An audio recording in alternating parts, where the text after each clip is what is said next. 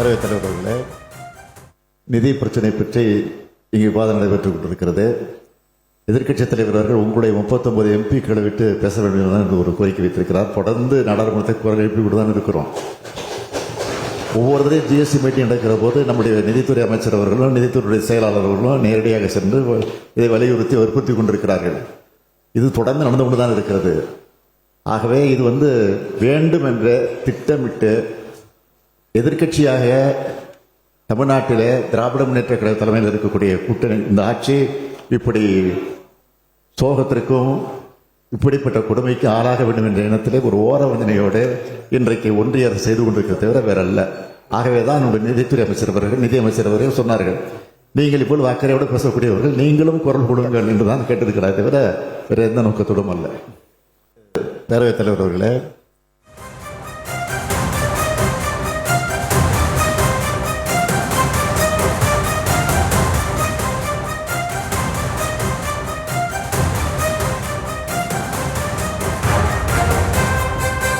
காலத்தினுடைய முடிவில் 2020-21 நீங்க முடிச்சிட்டு போனீங்க பாத்தீங்களா ஆட்சியை, அப்ப நீங்க வச்சுட்டு போன கடனுக்கு இந்த 1.4 lakh crores இந்த குரோஸ் இவ்வளவு ரூபாய் வட்டி மட்டும் கட்டி கொண்டிருக்கக்கூடிய ஆட்சி இந்த ஆட்சி.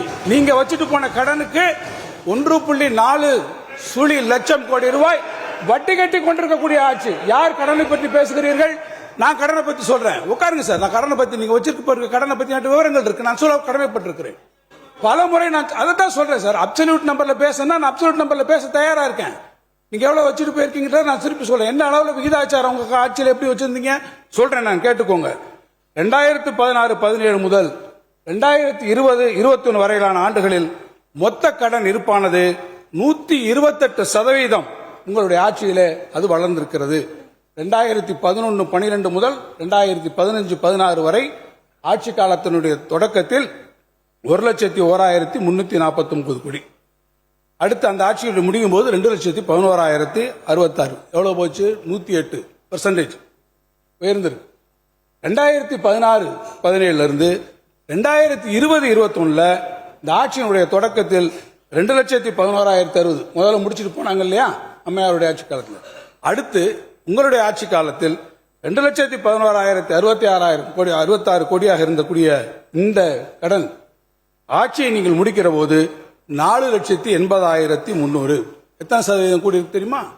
128% இந்த மொத்த கடன் இருப்பு 128% வளர்ந்திருக்கக்கூடிய உங்களுடைய ஆட்சி 2020-21 நாங்கள் ஆட்சிக்கு 21-22 நாங்கள் ஆட்சிக்கு வரோம்.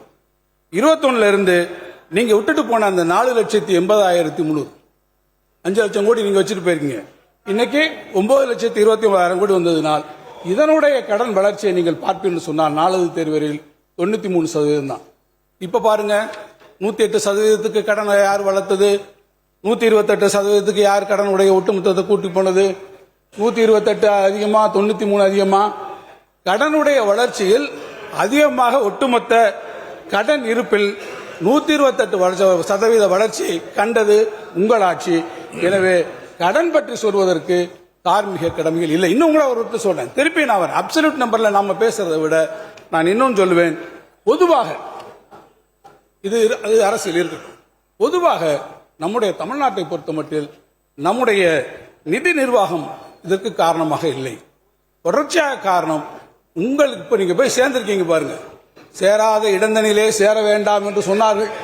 அதை மறந்து விட்டு நீங்கள் போய் சேர்ந்திருக்கிறீர்களே அந்த ஆட்சி இல்ல நீங்க சேர்ந்திருக்கீங்க. சேர்ந்த காட்சியினால்தான் அந்த ஆட்சி மாற்றாந்தாய் மனப்பான்மையுடன் தொடர்ச்சியாக செய்யக்கூடிய காரணத்தினால்தான் நான் இந்த அவையிலே சொல்வேன்.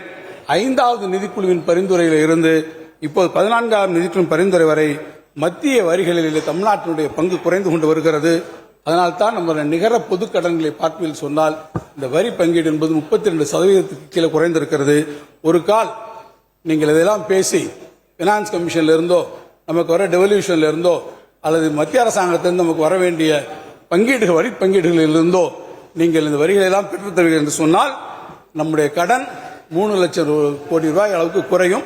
அதை செய்வதற்கு நம்முடைய மாண்புமிகு உறுப்பினரும் அவரை சார்ந்திருக்கக்கூடிய இயக்கமும் முன்வர வேண்டும் என்று கேட்டுக்கொள்கிறேன்.